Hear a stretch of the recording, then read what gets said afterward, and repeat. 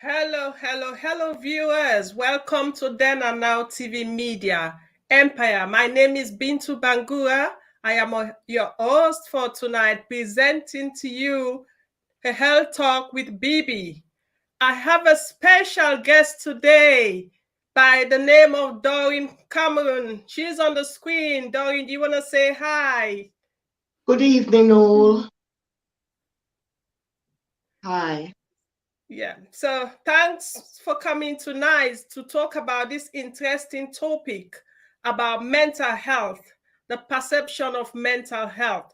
That's what this topic is going to focus on today so that we can get an understanding about mental health, how it's impacting in our lives, the factors, what is influencing mental health in our lives and other people's lives. What are the factors? What are the triggers of mental health? What are the stigmas, the stereotypes behind mental health? So we are going to get a clear understanding today about this topic. Of course, we know that mental health is not just about the physical health. The mental health as well is really important for all of us. In the UK, we have 1 in 4 people suffering from mental health problems every year.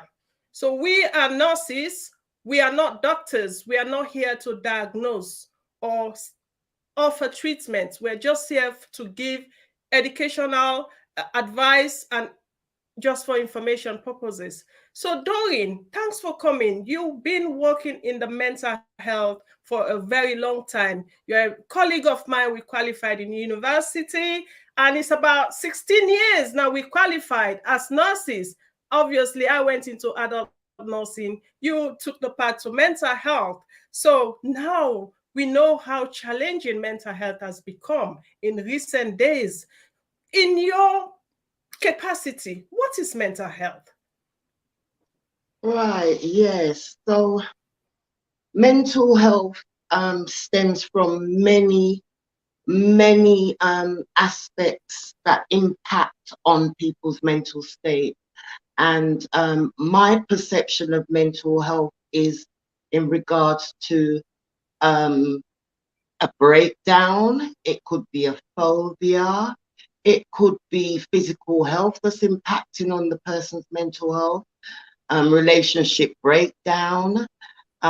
So it stems from all different walks of life and different issues that impact on a person's mental health.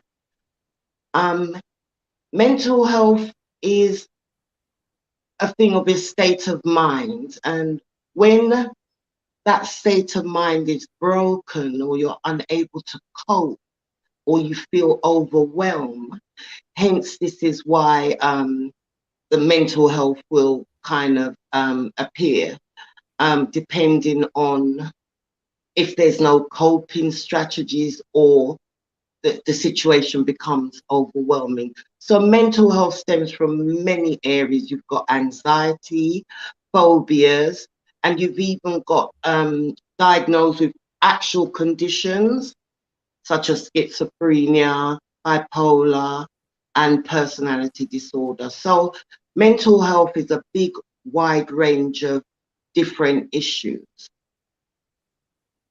Thank you very much for elaborating on that. What is mental health? Obviously, mental health is something, anything that affects your mood, your thought process, your behavior.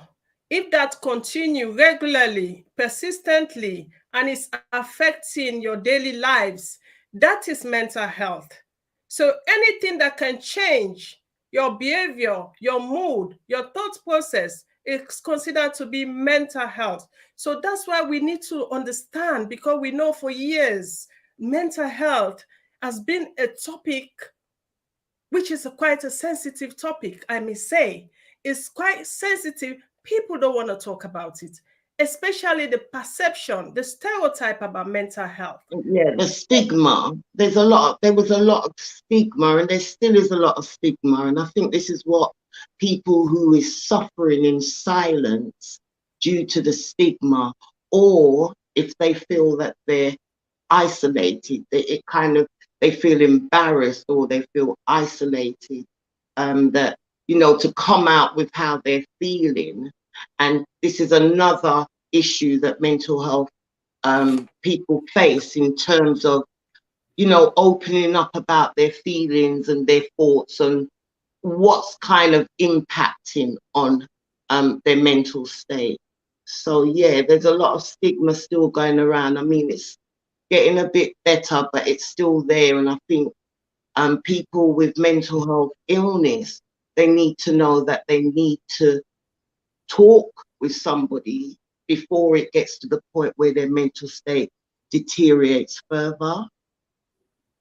Yeah, absolutely, absolutely. So people in the past, people don't talk about it.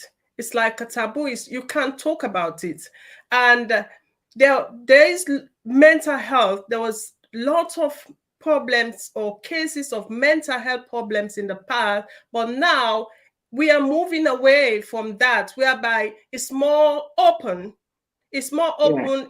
There's so much exposure that people coming out now to say they have mental health. You know, the media has played a great role in terms of influencing people or encouraging people to come out and talk about mental health. You know, we see all the celebrities coming out talking about mental health. So this topic should be normalized. People should feel comfortable to be talking about mental health wherever settings or environment they find themselves. So what are the common problems of mental health, Doreen? What do you see in your practice day in and day Well, out for all these years? well, what we're seeing a lot now of in mental health services is the pressures. There's a lot of social stresses that's kind of heightened, and we're going by what's going on in society. And you know, like with inflation and things raising, people not able to manage with their finances. When that happens, they may lose their home. So it's just a constant, it's a constant stressor. And we see, well, me, myself personally, working with people who is having to cope with what's going on in society now. And they're pressured from all areas in terms of finance, getting a job, family, children. So, like I said, it comes back to this different kind of aspects that will trigger a person's mental health. And we find that a lot of the individuals with mental health, they don't want to really talk about it until it gets to the point where it's acute. And this situation, when it becomes acute, is when people start talking about suicidal thoughts because they're unable to cope. Um, so there's a lot of individuals in our service where they refer to us due to the high risk of them hurting themselves due to the stressors or whatever the situation may be. You've got people coming into the service where they're, due to the stressors, they might turn to bad coping mechanisms such as alcohol or smoking cannabis or any other drugs, which then obviously furthers more, impacts more on their mental health. So it's a mixture of things. They don't just come in with just mental health. There's also drug-induced, alcohol misuse, or there's organic diagnosis where it's inheritary and it runs in, you know, like, for example, schizophrenia. They come in with that. So it's about a way of life. And like you said, Into yes, mental health, or it doesn't, or it does show up when it gets to the acute stage of a person with their thoughts, their mood deteriorates, their behavior change, they become isolated, they you know, they become highly anxious, they don't come out the house. And then family around or friends would see that change if they don't open up about how they're feeling. So they usually come to the service when they're at the crisis kind of acute point of their mental health breaking down and a risk to themselves and sometimes others. So that's what we see a lot in mental health services, where individuals, and it's a lot higher nowadays with what's going on with inflation in terms of high rise, all bills rising. It's a lot of pressure for somebody who's coping. They haven't got them kind of coping strategies. And even if you do have coping strategies, it's still pretty tough. But for somebody's mental state, if it's kind of a bit weak, then they're more prone to develop a more acute state of mental health. Yeah. Absolutely. You mentioned some very good points there about the increased numbers of mental health problems and the coping strategies. So we all know mental health is in the rise, it is increasing, and also the way people cope with it, people cope with it in a different way. So the coping strategies that people have is, I wouldn't say it's right or wrong. People find different ways to cope, to get rid of their mental stress or their mental health. But sometimes some people seek the wrong path to cope with it. Some people choose the wrong path to cope with their mental health because they just want to get it over and done with. They just want to get rid of it. So they will find the easiest way, which is causing more harm than good for them. So really, the problem is rising, and the way we manage it and the way we cope with it is also on the rise, because we are not coping well with mental health, because most of us decide to get the self-help in terms of diagnosing ourselves, treating ourselves without going out seeking for help or without talking to people. So there are a lot of factors that contribute to this rising number of mental health, because people are not going to the right place. They're not seeking the right channels where they can go for support. And the triggers of mental health, there are a lot of factors that is really contributing to our mental health. Family life challenges, cost of living. As we can see, cost of living, work pressure, family life, relationships, all of these things have impact. All of these things have triggers. And it's not only affecting us, but it's also affecting the people that we interact with, the environment that we live. It's all have all these factors that is contributing to this. So what coping strategies will you think that you will recommend or advise people to look at? Yeah, I always believe, in terms of when I do meet with the patient or I'm assigned to assess a patient, my first always advice to them is, don't keep it in. And I mean, sometimes I know that they don't want to trouble their family, or they feel that they don't want to worry their family members. So I always say, don't keep it in, because there is services out there that you can contact, such as Samaritan 111, where you're able to express how you feel. And that's the first thing, opening up about how you're feeling. Because when you keep, the more you keep it in, is the more damage it's going to cause to your mental state, which we've seen a lot of. Now, when medication is one aspect, but to me, that's just a small aspect of balancing the chemicals in your brain.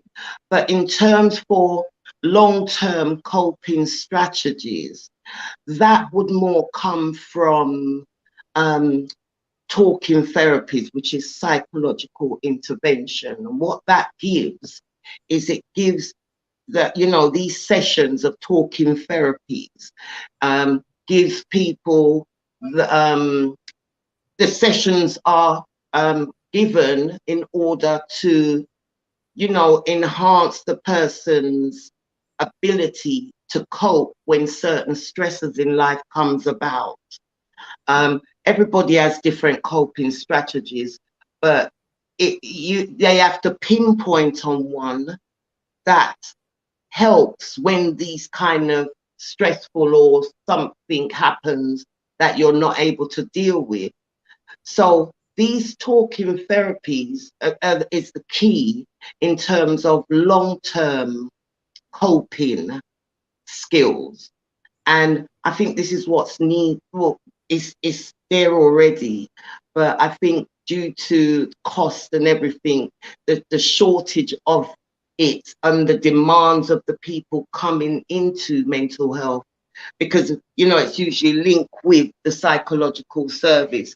We still have to work on a clinical side as nurses, but on the psychological side, the therapy is there to kind of help them, teach them coping skills that will help them in the near future. So that is the best approach and recovery for individuals, so that they don't keep on relapsing when these social stresses, because as you know, life has its stresses.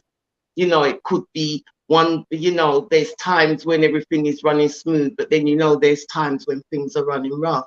And this is when the time comes where it breaks certain individual. But if they had coping strategies to help and it, you know, and really use those strategies, then it kind of balance your mental health. It could kind of like in coping in the way you cope. So yeah, talking therapies is very good, as well as sometimes you need medication also, like antidepressant, to help that balance while you're going through psychological intervention, because obviously the person is still struggling. So even, you know, coming to terms and talking about what impacted you in the first beginning is really hard for people to have to relive and go back to that point. So yeah, the combination of medication to help balance and psychological intervention is the main key for people. Yeah. Yeah. So who does, when you talk about talking therapy, obviously it's good to talk to people that you trust, but sometimes people don't have the people they trust they can talk to. So is it just professionals you can talk to, or you can talk to friends and family that you trust? It stems from both sides. It depends on the individual, because like I said, some individuals, they have family members, but they don't want to kind of put the pressure on them. So a lot of them would, if a family member say, you all right, they will say, yeah, I'm fine, even though the family member can see that something's not right and say, you can talk to me. But sometimes they avoid that because they don't want to put no stress onto that family member or friend. But yes, it's really good if you can open up to if there's a member of family that you kind of can talk to about anything, or a good friend or a friend. So it's not so much as the professionals. The professionals come in if that person needs that more clinical, medical, and that kind of service. But in terms of talking, there is services like Samaritan, 111.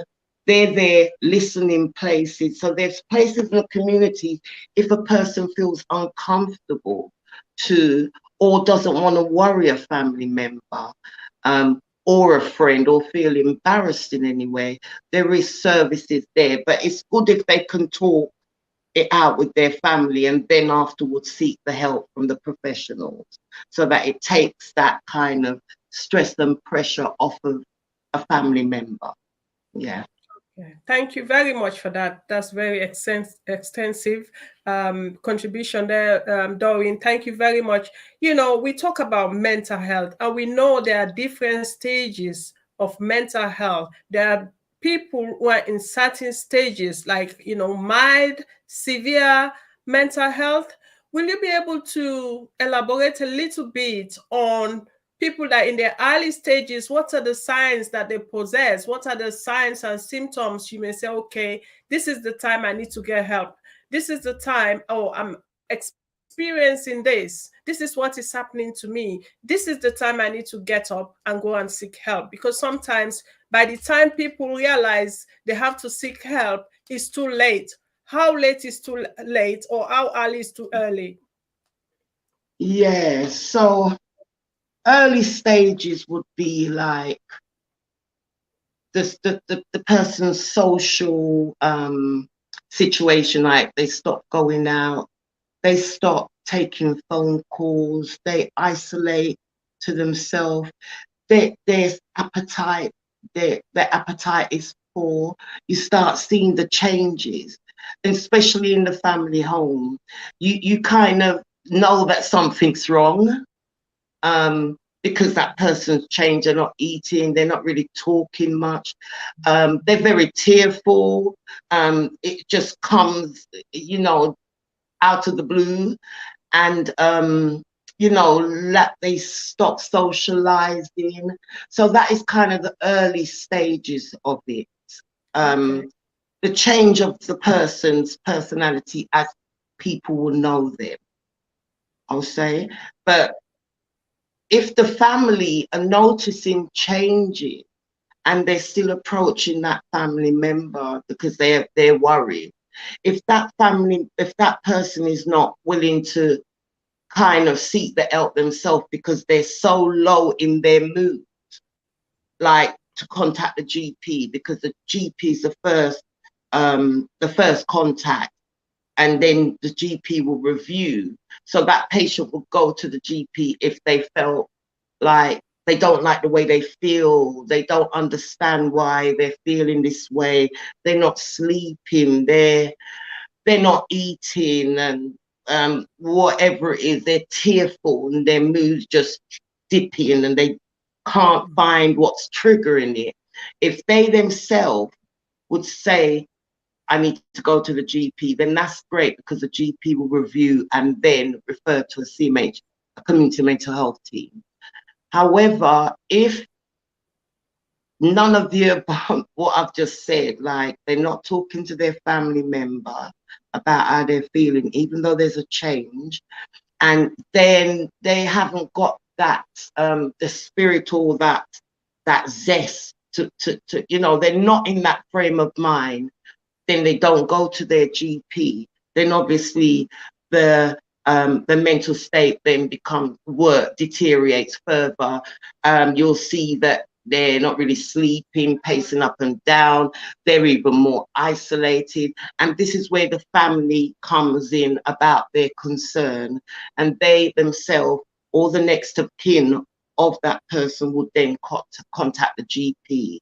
And then the GP will still make the referral despite the patient not coming there, even though it's good to get their consent.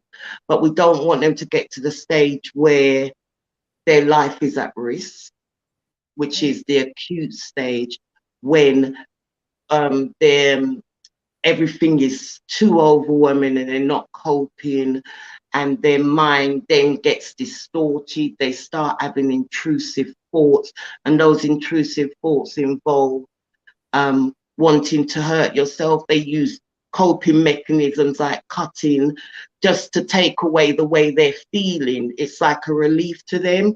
Or in some severe cases, some people may take their life. So, you know, it's trying to stop that part getting to, you know, that severity getting to that stage. So the early warning signs are the best. And most people with mental health, they have early warning signs because they've been in the service for a long, you know, in and out of the service due to the relapses and so forth. and they themselves start learning about the early trigger signs, and the family as well, so then it can be caught and dealt with before it reaches middle stage and then the acute stage. So yeah, the early stages are changes of behavior, as you said, or being told. um, it's just actually, you can actually see it, because you know the person and how they were before, and then all of a sudden over the past few weeks there's a change. So something's got to be wrong, and once the person can act on that, then that's good. They Yeah. go to their GP. If they don't, the family members are the ones that act on their behalf. Yeah. Right. Yeah, thank you so much. So, you've just explained all the stages. So the signs and symptoms may vary from one individual to another. Some are old symptoms, some are new symptoms, developing. So Mhm. you really need to understand how you are and how things are developing in you, because some of the signs and symptoms may start as one, two, and then they keep increasing or developing. So you really need to know yourself and see how much you can take, what step you can take really to seek help. And I know that there are common different types of mental health. And what do you see in your practice? What are the common problems? What are the common specific mental health problems that you see that is quite common? Anxiety, depression, phobias, or PTSD traumas, because a lot of Right. people have gone through things. So there's anxiety. Well, we see all kinds, but majority of the people that comes into service, there's a lot of anxiety and depression and post-traumatic stress from trauma, from Mhm. whatever situation or incident or event that they experience. You also got people with long-term mental health conditions such as bipolar and schizophrenia and personality disorder. But the main ones coming in frequently, a lot now, is definitely depression, anxiety, and PTSD. And obviously, you've got people who suffers with OCD, Mhm. agoraphobia. So there's so many There's different a lot. Yeah, there's so many. There's yeah, so many. yeah, Yeah, definitely. yeah. Yeah. Yeah, amazing, amazing. Thank you so much for your contribution. Really, really appreciate it tonight. And I'm sure the viewers are also learning and listening from what you're saying. So if you want to take part, you want to hear comments from me, we can see your comments, or if you want to join into this conversation, you're more than welcome. You can drop your questions in the comments box, or you can give us a call on this number. I can just read out the number for you. I think, I'm not sure it's on the screen, but I can read the number to you if you want to make a contribution. The number is 079 5711 5863. This number is on WhatsApp, or you can call direct. So the number again is 079 5711 5863 to give your contribution. So today we're talking about mental health, the perception of mental health, how much the public know, how much people know about mental health, how a mental health is affecting us, and the impact it has on us, and the perception. Before, people think that people who suffers from mental health are dangerous, are harmful, but in other words, they are more vulnerable than people that are not suffering from mental health, because that's the idea, that's the perception we have, that when we see where I came from, the way we treat people with mental health is appalling. Because when I was young, when we see a person with mental health in the street, instead of us protecting that person, we'll be chasing that person with stones, with all sorts of things. So because that's the perception we have about people with mental health in the street, problems because we think they are not fit to be around us. They are not fit to be in our vicinity or in our environment. So they are not part of us anymore. And some people think that people suffering from mental health is a spiritual thing, that, you know, they're probably having bad demons. So that's the perception of people with mental health in those days. And I think Yeah. that's, it's all about knowledge and how much knowledge or cultural behavior. So I don't know whether that still exists, Doreen, in your practice, whether that is still, you're facing some of those challenges. Yeah, and I like, my background is from Jamaican heritage, yeah. Right. And I think it's a lack of understanding where individuals who, you know, behaved or had a mental health illness was kind of classed as, oh, we're mad, they're mad people, yeah. And that was, you know, I think that's due to lack of understanding and not understanding what mental health illness. Oh, he'll be all right. Yay, I'm all right. That's the kind of feedback or what you hear from people who don't understand. And even over here, it's, you know, you've got that same kind of ignorancy where, oh, he's just mad. We have to identify it as an illness, just like if we had a physical illness, it's a mental health illness. It's not nothing to do with madness, because the people who suffer or experience these things, it's not on purpose. It cannot be helped. It's an illness. And I think that's what people, the society needs to understand. And once society understands that fully, then you would see a lot more people being open and feeling more comfortable to come out about how they're feeling. It's getting a little bit better, but it still needs more work, I say. Yeah.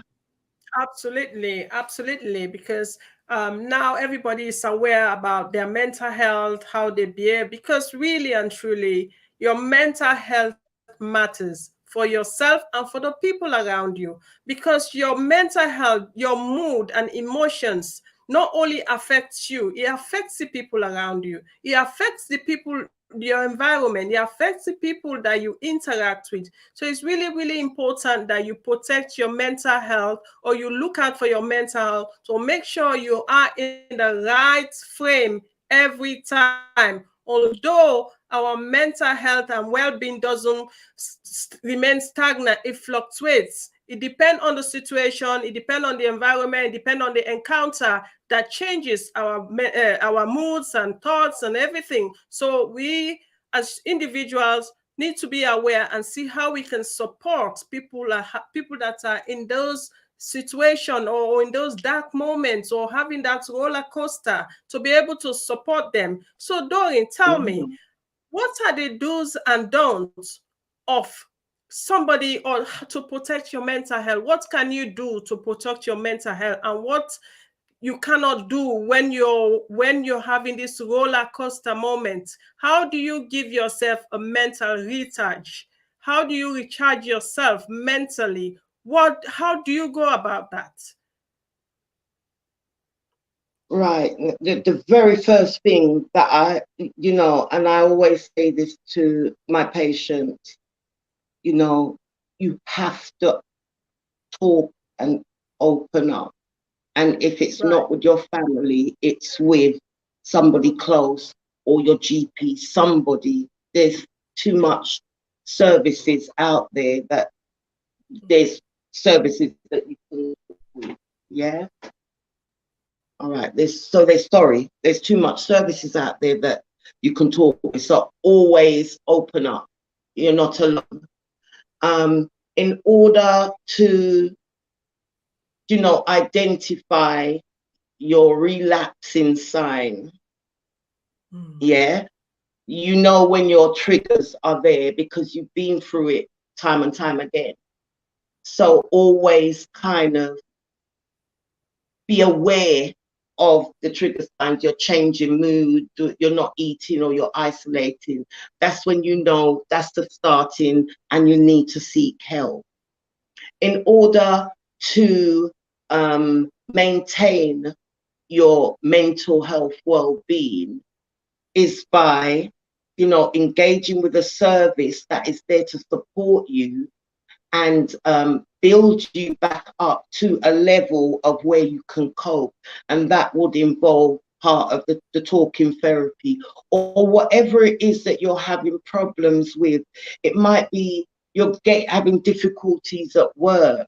So there's employment specialists who can support you and advise you in the best way. So we kind of signpost to services in the community that will kind of support you in whatever area it is that you're struggling with.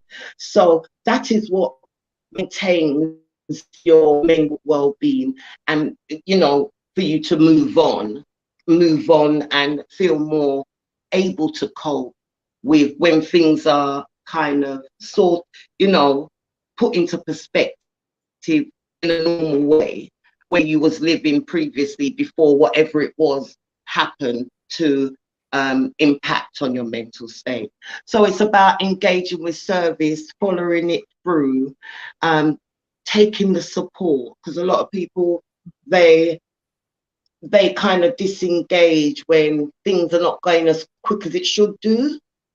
So I always say, like, you know, in order to get the support and the help that you need to help us to help you. So by engaging, you're helping us to help maintain and keep, you know, get your mental state back to as normal as you was living previously. So that is the key, speaking up and also engaging with the service when you are referred to it. A lot of people, they kind of don't have the faith they should have in service, and I get the point sometimes, because the staffing level is not as full as it should really be, so it's overwhelming, and the patients that are coming in is kind of overwhelming in the service as well. So, but it's just a matter of, once you're in the service, you continue to engage so that you can get that empowerment, so that it can get your life get back onto that normal track that it was before you broke down. Yeah.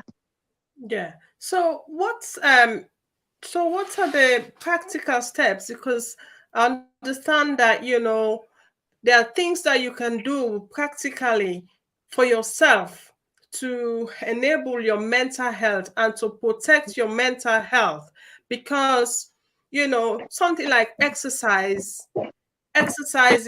meditation, all of these things help with your mental health. Sleeping well, eating well, you know, live a healthy lifestyle. These are all, you know, have the kind of circle or environment you, because one of the main factors of mental health is the environment we find ourselves. Sometimes the environment is not conducive, and because of that, it does have impacts in our mental health.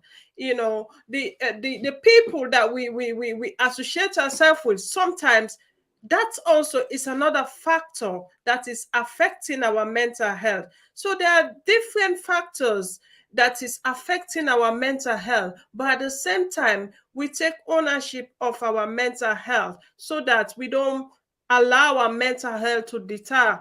We don't allow our mental health to affect us, because our mental health, our mental capacity determines what we do, determines, guide our thoughts, guide our behavior, guide our emotions. So we have to make sure that our mental health, our mental state, we have a healthy mental state.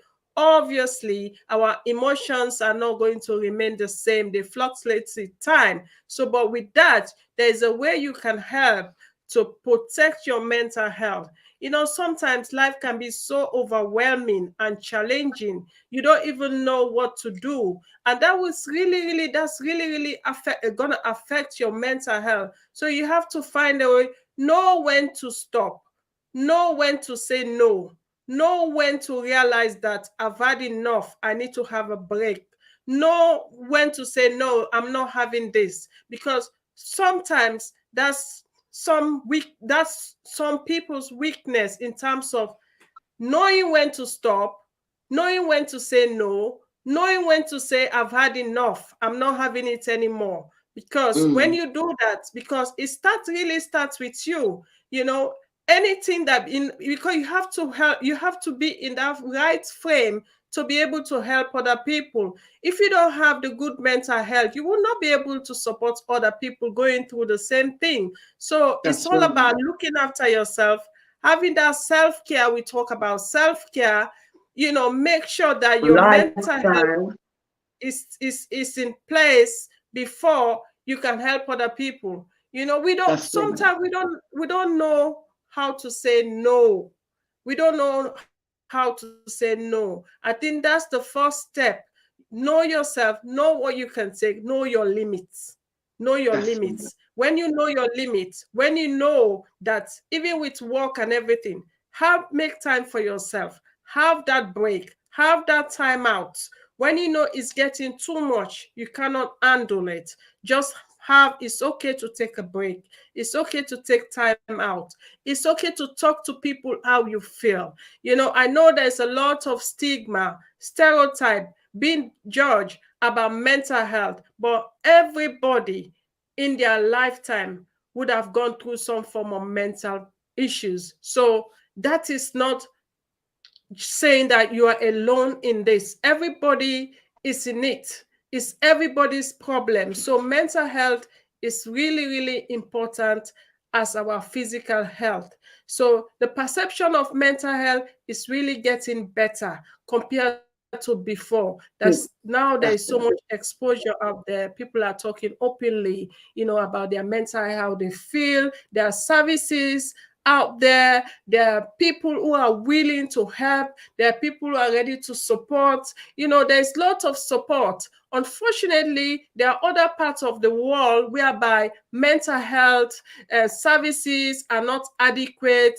They are not, you know, up to they don't have the capacity for mental health. So those people are suffering more. But here, where there are services, it's accessible, there is help everywhere. You know, when you notice that you're having mental health breakdown, or you having those low moods, or those suicidal thoughts, anything like that that's affecting your mood, that's affecting your mind, that is affecting you, the way you behave, try and seek help.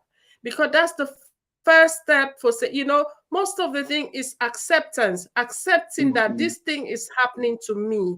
When you accept that this is happening to me, then you'll be able to take the right step. Because most of the time, is a lot of people are in denial. They don't think that they have a mental problem or mental health issue that they need to seek help for. They think that they can solve it Money. by themselves, and then it gets out of hands. And when it gets out of hands, it's very difficult to manage. And then that's why you have constant relapse, because you haven't tackled the problem at the initial stages, or at the very beginning. So that's why we're trying so hard to sensitize the public, sensitize people to be able to seek help as soon as they realize that, you know, um, whether it hasn't escalated to a level that probably needs professional help. But you know, you have friends and family, relatives, talk to them, they will guide you, or go and seek professional advice. This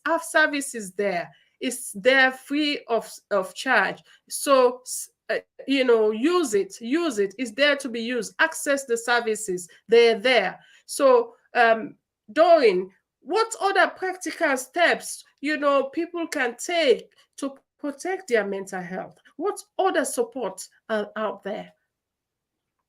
The, the, There is so much support out there in terms of there's Mind. You have Mind service free of charge. You contact them. It's even a self-referral. You can even call, or you can refer. Mind offers peer support. They offer activities to bring structure to the person's day, like yoga and breathing exercise. So Mind is a big part of mental health, supporting individuals. That's practical stuff. You have the talking therapy, that's a practical step as well. And you've also got services that continue working with individuals, even though their mental state, their mental state becomes stable, but they're kind of working with them to maintain it. So ensuring that their housing's all right, they're getting the right money to live on, if they need a job. So these are all the practical things, normal ways of living, which obviously when these things are taken out impacts on individual. So the practical help is kind of getting that person back on track with the life we will all want to live. To be honest, you go out, you can work, you've got structure to your day, you're doing something that you enjoy, whether it's a job, voluntary, or an activity. You're able to pay your bills because you can manage. So all those practical stuff, once maintained, will keep that person's mental state stable, because we know a lot of it breaks down because of these social stressors, or it could be physical health, because physical health also is linked to mental health. When a person's mobility, or they're diagnosed with something that, you know, is very traumatic and they have to live with it. So it's about working with the two sides, the physical and the mental, and the psychological side, as well as the practical help that I've mentioned in terms of the services that are out there to maintain a person's well-being. Yeah. Yeah, wonderful. Thank you so much. Thank you so much for your contribution tonight. Without you, I wouldn't have been able to do the show all by myself, because I'm an adult nurse. I'm not a mental health nurse. Thanks for your contribution. That was really, really helpful. And I'm sure the viewers too have learned something about this. So this is episode 2 of the Health Talk with Bintu Bangura Akabibi for short. So this program is brought to you every Sunday from 7 p.m. So watch out for this channel. Go and like this page, Then and Now TV Media Empire. This is the platform I'll be broadcasting this talk show. So please join us again next week, Sunday. We're coming with another interesting health topic. Stay tuned, and we're going to leave you now for tonight. Thank you very much, and we'll see you again next week. Bye. Thank you. Bye. Bye. Bye. Bye.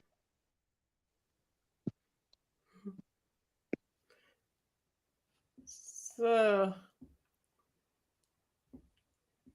are we off?